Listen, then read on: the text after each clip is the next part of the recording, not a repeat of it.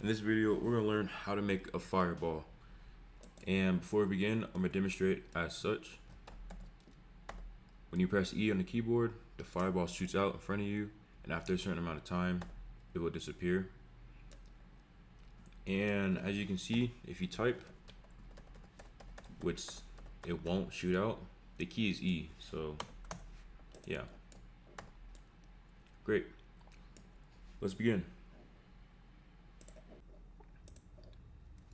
To begin, the first thing we're going to do is make a fireball. Under the home panel, under part, we're going to insert a spear. We're going to change the brick color to deep orange, the material to neon, and can collide equals false. After that, we're going to rename the part to fireball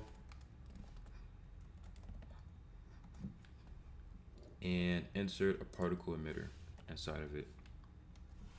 Inside the particle emitter, we're going to go down where it says shape, under emitter shape, change it to a spear, change shape and out into in and out, and change the lifetime to 1,3. Following that, we're going to go up where it says textures, and we're going to change the texture. So go to your toolbox, go to image, and then type fire in the search bar. Once you did that, you'll see a particle or image that says fire particle. Click that. Inside the properties of the particle, we're going to grab the texture. We're going to go back to the particle emitter, and we're going to change the texture from there, from pasting out the previous texture. And there we go. Now that we made our fireball, we're going to move our fireball into replicated storage, and also we're going to insert a remote event inside of replicated storage. From there, we're going to go down to starter player scripts, and insert a local script inside of that.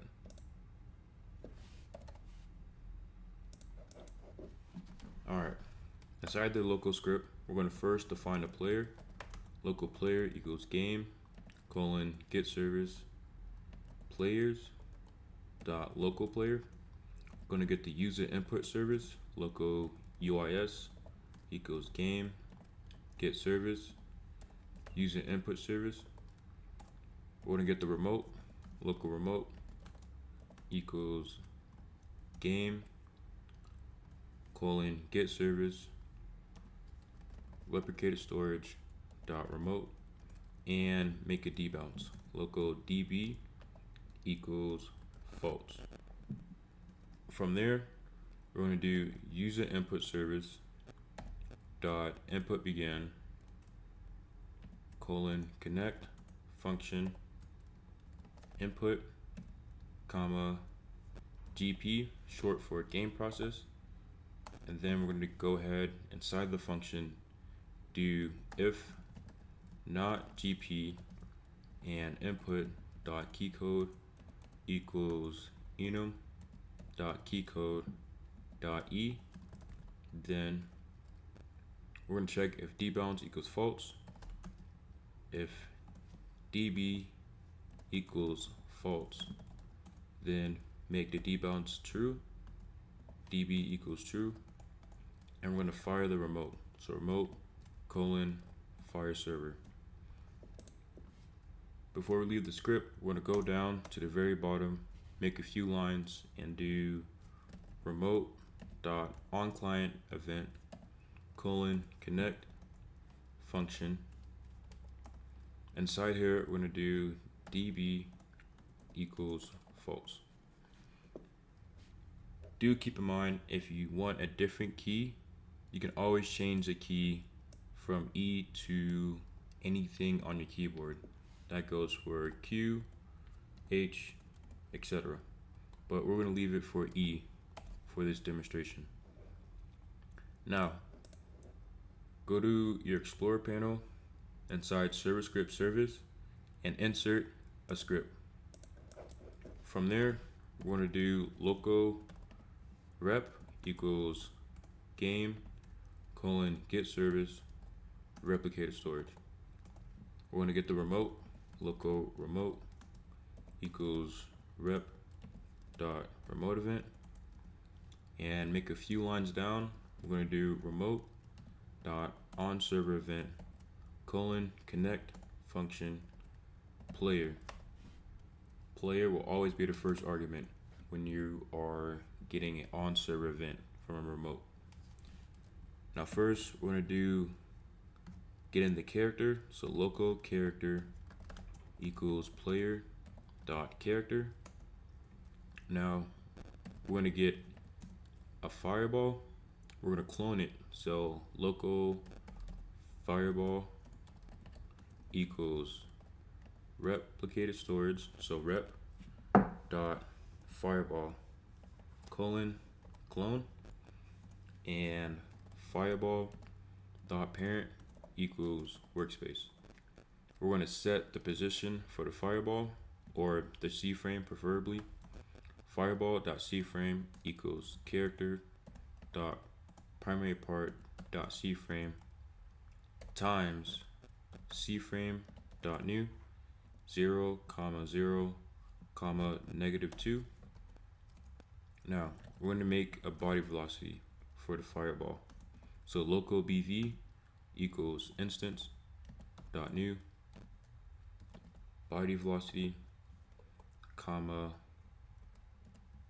fireball. So we're putting the body velocity inside the fireball. So we don't have to make a whole nother line saying what parent it is. We can just do it inside the instance. Next, we're going to do BV dot P, which is power. So body velocity dot power equals 1250. It is always at that number by default. BV dot max force equals vector3 dot new math dot huge math dot huge math dot huge. So basically we're setting a max force on all axes. Finally, we're going to do BV dot velocity equals character dot primary part dot C frame dot look vector times 50. This is basically saying the velocity and direction it's going at is going to go 50 studs a second, basically. Next line, we're going to do game colon get service debris colon add item. We're going to do fireball as the first argument and then put 5. So this is saying fireball is the one that's getting deleted, and after 5 seconds we're going to delete the fireball. Next, we're going to do task dot wait 2 seconds and remote dot colon remote colon fire client and put player inside of it. So what this does is after 2 seconds has passed, we're going to fire back to the player that it is free to fire the fireball once again. Let's go ahead and play the game.